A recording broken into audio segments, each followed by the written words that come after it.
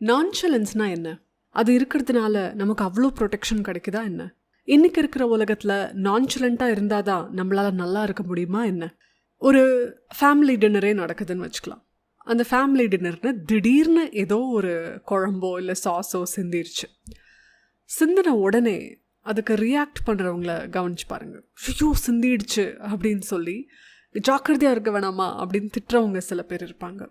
சில பேர் உடனே அதை துடைக்கணும், சீக்கிரமாக இந்த இடத்த க்ளீன் பண்ணணும் அப்படின்னு அவசரப்படுறவங்க இருப்பாங்க. பரவாயில்ல, அதை தள்ளி வச்சுட்டு வாங்க நம்ம பேசுவோம் அப்படின்னு சொல்லி பேசுகிறவங்க இருப்பாங்க. ஸோ இதில் யார் இதெல்லாம் ஒரு பெரிய விஷயமா, வாங்க நம்ம பேசலாம் அப்படின்றவங்கள தான் நமக்கு எவ்வளோ டென்ஷன் ஆகாமல் கூலாக இருக்காங்க அப்படின்ற ஒரு இமேஜை நமக்கு கொடுக்கும். இதுவே ரியாக்ட் பண்ணுறவங்கள பார்த்தா இதுக்கு இவ்வளோ ரியாக்ட் பண்ணுறாங்க அப்படிங்கிற மாதிரியும் தோணும். ஸோ இந்த நான்சலன்ஸ் அப்படிங்கிறது சோஷியல் மீடியா இன்றைக்கி காட்டுற அளவுக்கு அவ்வளோ கூல் பிஹேவியரா, ரொம்ப நல்லதா அப்படிங்கிறத நம்ம பார்க்கணும். ஸோ இன்றைக்கான எபிசோடில் நான்சலன்ஸ் பற்றி நம்ம நிறைய டீட்டெயில்டாக பேச போகிறோம். அதோடைய அட்வான்டேஜஸ் டிஸ்அட்வான்டேஜஸ் பற்றி பேச போகிறோம். அண்ட் ஃபைனலி இந்த எபிசோட் முடியும் போது நாம் நான்சலண்ட்டாக இருக்கோமா இல்லை கம்போஸ்டாக இருக்கோமா அப்படின்னு நாமளே புரிஞ்சுக்கிறதுக்கு சில குவெஸ்டன்ஸும் கேட்க போகிறோம். வணக்கம், நான் வினிதா. இது மனமே நலமா பாட்காஸ்ட். மனமே நலமா, மனமே நலமா.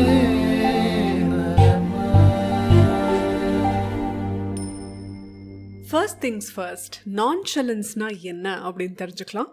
நான்சலண்ட் அப்படிங்கிற வார்த்தை ஒரு பழைய ஃப்ரெஞ்ச் வார்த்தையான நான்சலார் அப்படின்ற வார்த்தையிலேருந்து வருது. அதாவது சூடாகாமல் இருக்கிறது அப்படிங்கிறது தான் இதோடைய அர்த்தம்.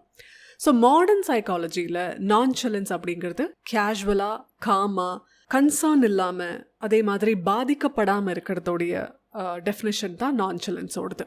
ஸோ இதில் ஒரு கூல் டிட்டாச்மெண்ட் இருக்குது. நான் அதில் பெருசாக இன்வெஸ்டடே இல்லை, அது என்னை பாதிக்காது அப்படிங்கிற ஒரு ஆட்டிடியூட். ஆஃபீஸ் எக்ஸாம்பிள் எடுத்துக்கலாம். பாஸ் ஒரு சின்ன விஷயம் திட்டாரு அப்படின்னா அதுக்காக ரியாக்ட் பண்ணி அழுது அன்றைக்கி நாளையே ஸ்பாயில் பண்ணிக்கிற எம்ப்ளாயீஸ் இருக்காங்க. இல்லை பாஸை திரும்பி திட்டுறதுக்கு, இல்லாட்டி பாஸ் பற்றி கம்ப்ளீட்டாக காசிப் பேசி தன்னுடைய எமோஷ்னல் விஷயங்கள் எல்லாத்தையும் வெண்ட் பண்ணி புலம்புற ஒரு கேட்டகரி இருக்குது. இன்னொரு கேட்டகரி இருக்குது, பாஸ் என்ன சொன்னாலும் சரி அப்படியா ஓகே அப்படின்னு சொல்லிட்டு டீ குடிச்சிட்டு அடுத்த வேலையை பார்க்க போகிற ஒரு கேட்டகரி. உள்ளூர பார்த்துக்கலாம் என்னவோ அப்படின்ற ஒரு லாங்குவேஜில் பேசுகிற, அவ்வளவா சட்டை பண்ணிக்காத, அசால்ட்டாக எல்லா விஷயங்களையும் எடுத்துக்கிற கேரக்டர் தான் நான்சலன்ஸ். இதுவே ரிலேஷன்ஷிப்க்கு வரலாம். ரிலேஷன்ஷிப்பில் ஒரு மிகப்பெரிய பிரச்சனை எப்போ வரும் அப்படின்னா, நாம் ஒரு மெசேஜ் அனுப்பி அந்த பக்கத்துலேருந்து ரெஸ்பான்ஸே வராதப்போ நாம் ஒர்க்கப் ஆகிறதுக்கு வாய்ப்பு இருக்குது. ஏன்னா ரெஸ்பாண்டே பண்ண மாட்டேங்கிறாங்க, பிஸியாக இருக்காங்களோ, வேற என்ன ஆயிடுச்சோ அப்படின்னு ஓவர் திங்க் பண்ணுறவங்க இருப்பாங்க. இல்லாட்டி அதனை நான் மெசேஜ் அனுப்பிச்சு ரெஸ்பாண்ட் பண்ணாமல் இருக்காங்க, இவங்களுக்கு அக்கறையே இல்லை அப்படின்ற மாதிரி இருப்பாங்க. ஆனால் நான்சலண்ட்டாக இருக்கிறவங்க மெசேஜ் அனுப்பிச்சிட்டு அதுக்கப்புறம் அதை பெருசாக ஃபாலோ அப்லாம் பண்ண மாட்டாங்க. ரொம்ப வரட்டும் அப்படின்னு சொல்லி கேஷுவலாக கூலாக இருப்பாங்க. இந்த நான்சலண்ட்டாக இருக்கிறவங்கள வெளியில் நடக்கிற விஷயங்கள் பாதிக்காது. வீட்டில் சண்டையோ இல்லை டிராஃபிக் ஜாமோ இல்லை ஆஃபீஸ் பிரச்சனையோ இல்லை ரிலேஷன்ஷிப்பில் ஏதாவது பெரிய சிக்கல் போயிட்டு இருந்தால் கூட தன்னுடைய அமைதி கெடாமல் இருக்கிறவங்க தான் நான்சலண்ட். இப்போது நான்சலன்ஸ் பற்றி கேள்விப்படும் பொழுது இது என்ன இவ்வளோ ஸ்ட்ரெஸ் ஃப்ரீயாக, டென்ஷன் ஃப்ரீயாக இருக்குது அப்படிங்கிற மாதிரி நமக்கு இருக்கும். அங்கேயே அந்த தாட்டை ஹோல்ட் பண்ணுங்கள், ஏன்னா இன்னும் நம்ம டீட்டெயில்டாக பேச போகிறோம். இப்போது ஒரு முக்கியமான ஏரியாவை நம்ம தொடலாம். நான்சலன்ஸ்க்கும் கம்போஷருக்கும் இருக்கிற வித்தியாசம். இந்த வித்தியாசத்தை உங்களுக்கு உணர வைக்கிறதுக்கு நான் நம்ம தமிழ் சினிமாவிலேருந்து 2 பியூட்டிஃபுல் எக்ஸாம்பிள்ஸ் எடுக்கிறேன். ஒன்று கோ படத்தில் ஜீவா நடித்த கேரக்டரான அஸ்வின், இன்னொன்று உன்னாலே படத்தில் விமல் நடித்த கேரக்டரான கார்த்திக். இந்த 2 படத்தையும் நம்ம பார்த்துருப்போம். அதனால் இந்த 2 பேரையும் உங்களுக்கு ரீகால் பண்ணிக்கிறதுக்கு ஈஸியாக இருக்கும்னு சொல்லி இந்த எக்ஸாம்பிள் நான் உங்களுக்கு கொடுக்குறேன். கோ படத்தோடைய அஸ்வினை பார்த்தீங்கன்னா தன்னுடைய ஃபோட்டோகிராஃபியில் நல்லா பேஷனேட்டான, அதே நேரத்தில் எவ்வளோ காம்ப்ளெக்ஸான விஷயங்கள் தன்னை சுற்றி நடந்தாலும் அதை ரொம்ப ஈஸியாக கேஷுவலாக ஹேண்டில் பண்ணுற ஒரு கேரக்டர். ஒரு சீன் சொல்கிறேன். பத்திரிக்கை ஆஃபீஸ்க்குள்ளே ஒரு அரசியல் கட்சி கலாட்டா பண்ணுவாங்க. அப்போது அங்கே இருக்கிற எல்லாருமே, எஸ்பெஷலி அந்த 2 ஹீரோயின்ஸ்க்குமே ரொம்ப கோவம் வரும். அதில் பியா பாஜ்பாயோட கேரக்டர் கூட ரொம்ப டென்ஷன் ஆகும். பட் அஸ்வின் அந்த என்டையர் சிச்சுவேஷனை ஹேண்டில் பண்ணுறது பார்த்துருக்கீங்கல்ல, அது ப்ரெஷர் சிச்சுவேஷன் தான். பட் யாரையும் பெருசாக பகைச்சிக்காம, ரொம்ப ஒர்க்கப் ஆகாமல் அந்த சிச்சுவேஷனை எப்படி ஸ்மூத்தாக ஹேண்டில் பண்ணி தன்னுடைய ஆஃபீஸோடைய அந்த என்டையர் செட்டப்பை காப்பாற்றணும் அப்படின்ற ஒரு நோக்கத்தோட அஸ்வின் அதை ஹேண்டில் பண்ணியிருப்பார். இது கம்போஷர். ப்ரெஷர் வெளியில் இருந்தாலும், தன்னை சுற்றி இப்போ எவ்வளோ பெரிய ஆபத்து இருந்தாலும் அந்த சிச்சுவேஷனை, அந்த ப்ரெஷரான ஒரு சூழலை சரியாக பக்குவமாக ஹேண்டில் பண்ணுற மெச்சூர்ட் மென்டாலிட்டி தான் அந்த கம்போஷர். இப்போது இது நல்லா உங்களுக்கு ஞாபகம் இருக்குல்ல. அடுத்து உன்னாலே கார்த்திக்கு வரலாம். கார்த்திக்கும் ஆக்சுவலாக அஸ்வின் மாதிரி ரொம்ப கேஷுவலான ஒரு கேரக்டர் தான். அஃப்கோர்ஸ் கார்த்திக் அஸ்வின் மாதிரி ஜேர்னலிஸ்ட் கிடையாது. ஸோ ப்ரெஷர் சிச்சுவேஷன்ஸ் அப்படிங்கிறது கார்த்திக்கு கம்மி தான். ஆனால் கார்த்திக் இங்கே தன்னோட லைஃப்பில் ஒரு முக்கியமான ஸ்டேஜில் இருக்கார், ரிலேஷன்ஷிப். ஜான்சி அப்படிங்கிற ஒரு கேரக்டரோடு இருக்கிற ரிலேஷன்ஷிப்பில் நான்சலண்ட்டான கார்த்திக் வந்து நிறைய இஷ்யூஸ் ஃபேஸ் பண்ணுவார். இன்ஃபேக்ட் நான்சலண்ட்டான கார்த்திக்கால் ஜான்சியும் நிறைய விஷயங்களை ஃபேஸ் பண்ணுவாங்க. எப்போவுமே சிரிச்சுட்டு எந்த விஷயத்தையுமே பெருசாக எடுத்துக்காமல் இருக்கிறது வெளியிலேருந்து பார்க்கும்போது வேணால் கூலாக இருக்கலாம். ஆனால் நாம தான் அந்த ரிலேஷன்ஷிப்பில் அந்த நான்சலண்ட் பர்சன் கூட இருக்கோன்னு வச்சுக்கோங்களேன், இவங்க என்ன நம்ம மேலே அக்கறையே காட்ட மாட்டேங்கிறாங்க. ஆக்சுவலாக இப்போ நமக்குள்ளே இருக்கிறதுல இவங்களுக்கு எந்த ஒரு விருப்பமோ இல்லை டெப்த்தோ இல்லையா அப்படின்னு தான் நமக்கு தோணும். ஸோ ஜான்சி என்ன கோத்ரூ பண்ணுறாங்க, அவங்க ஏன் இவ்வளோ கோவப்படுறாங்க அப்படிங்கிறது கார்த்திக்கோட நடவடிக்கைகளில் நமக்கு தெரியும். ஏன்னா எந்த விஷயத்தையுமே பெருசாக காட்டிக்காமல் இன்னொருத்தருடைய கவலையால் தான் பெருசாக பாதிக்கப்படாத மாதிரி காட்டுறது அப்படிங்கிறதெல்லாம் ரிலேஷன்ஷிப்பில் தனக்கு அட்டாச்மெண்ட்டே இல்லை அப்படிங்கிறது தான் வெளிப்படுத்துது. ஸோ கார்த்திக் வெளியிலேருந்து பார்க்குறதுக்கு சர்ஃபேஸ் லெவலில் கூலாக தெரிஞ்சால் கூட அவர் ஆக்சுவலாக நான்சலண்ட்டாக, அன்பாதர்டாக, அன்கன்சர்ன்டாக இருக்கிறது அந்த ரிலேஷன்ஷிப்க்கு ஒரு பெரிய பிரச்சனை. அதனாலேயே கார்த்திக் அங்கே ஒரு ரெட் ஃப்ளாக். எவ்வளோ ப்ரெஷர்ஃபுல் சிச்சுவேஷனாக இருந்தாலும் அதை கூலாக ஹேண்டில் பண்ணுறது கம்போஷர். என்ன நடந்தாலும் எனக்கும் அதுக்கும் பெருசாக சம்மந்தம்லாம் கிடையாது, நான் அதால் பாதிக்கப்படலை அப்படிங்கிறது நான்சலன்ஸ். இப்போ உங்களுக்கு நான்சலன்ஸ்க்கும் கம்போஷருக்குமான டிஃப்ரென்ஸ் புரிஞ்சிருக்கும். நாம் நான்சலண்ட்டாக இருக்கிறது சில விஷயங்களில் வேணால் நல்லா இருக்குமே தவிர மோஸ்ட் ஆஃப் த லைஃப் சிச்சுவேஷன்ஸில் நம்ம கம்போஸ்டாக இருக்க வேண்டியது தான் அவசியம். ஏன்னா லைஃப் சேலஞ்சஸ் நிறைஞ்சுது. லைஃப் எப்போவுமே ஒரு ஸ்மூத்தான லேக் மாதிரி இருக்காது. அலைகள் பெருசாக வந்து போகிற ஒரு கடல் மாதிரி இருக்கும். ஸோ அந்த கடலில் நம்ம நான்சலண்ட்டாக இருந்தோன்னா மூழ்கி தான் போவோம். அதில் கம்போஸ்டாக இருக்க வேண்டியது தான் அந்த கடலில் நம்மளை பயணிக்க உதவும்.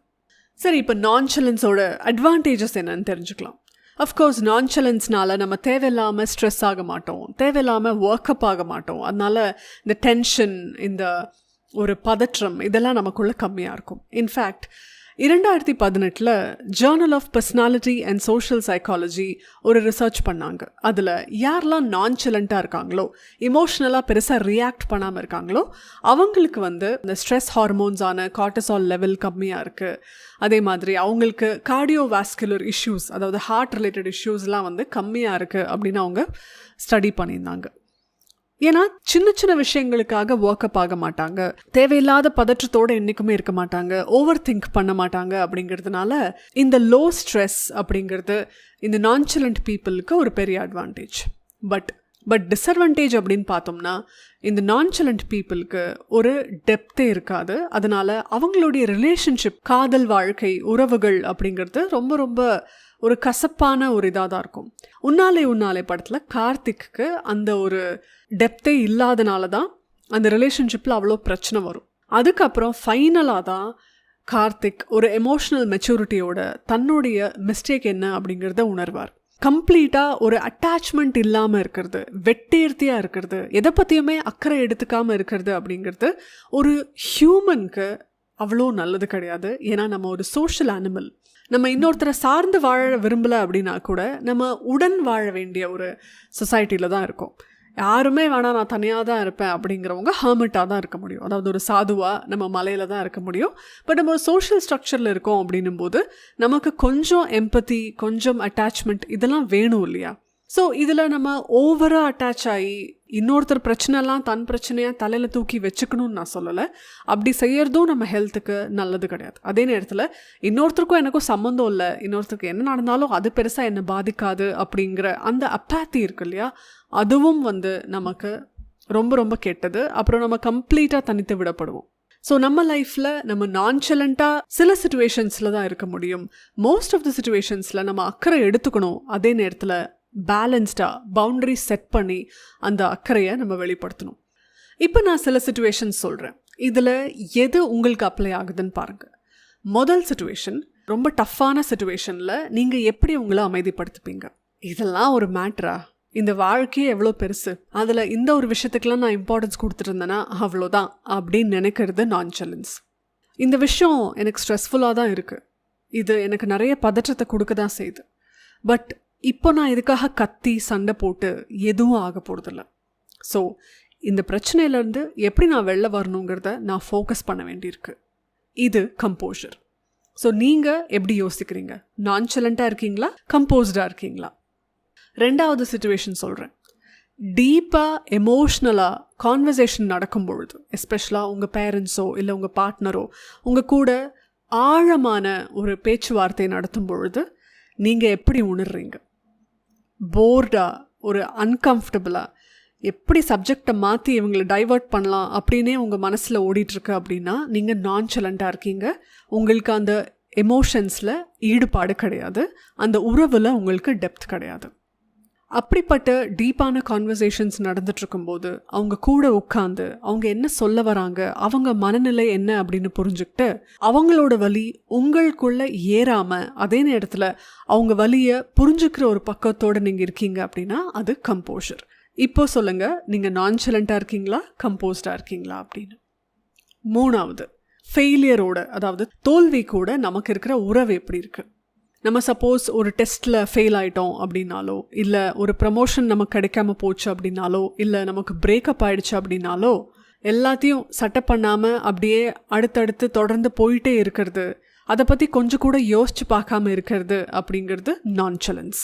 இதுவே நமக்கு ஒரு தோல்வி நடந்துருச்சு, இல்லை பிரேக்கப் நடந்துருச்சு, ஒரு டிஸப்பாயின்மெண்ட் நடந்துருச்சுன்னா அந்த சேட்னஸ் நமக்குள்ளே இருக்கிறதுக்கு நம்ம அலோவ் பண்ணி அடுத்த நாள் இது நடந்துருச்சு, நமக்கு இதிலேருந்து எப்படி வெளில வரலாம், அடுத்து என்ன பண்ணலாம் அப்படின்னு இன்டென்ஷனலாக முடிவு பண்ணுறது கம்போஷர். நீங்கள் நான்சலண்ட்டாக இருக்கீங்களா, கம்போஸ்டாக இருக்கீங்களா? இந்த 3 கேள்விகளும் மோஸ்ட் ஆஃப் த லைஃப் சிச்சுவேஷன்ஸ்க்கும் நமக்கு ஹெல்ப் பண்ணணும்னு எனக்கு தோணுது.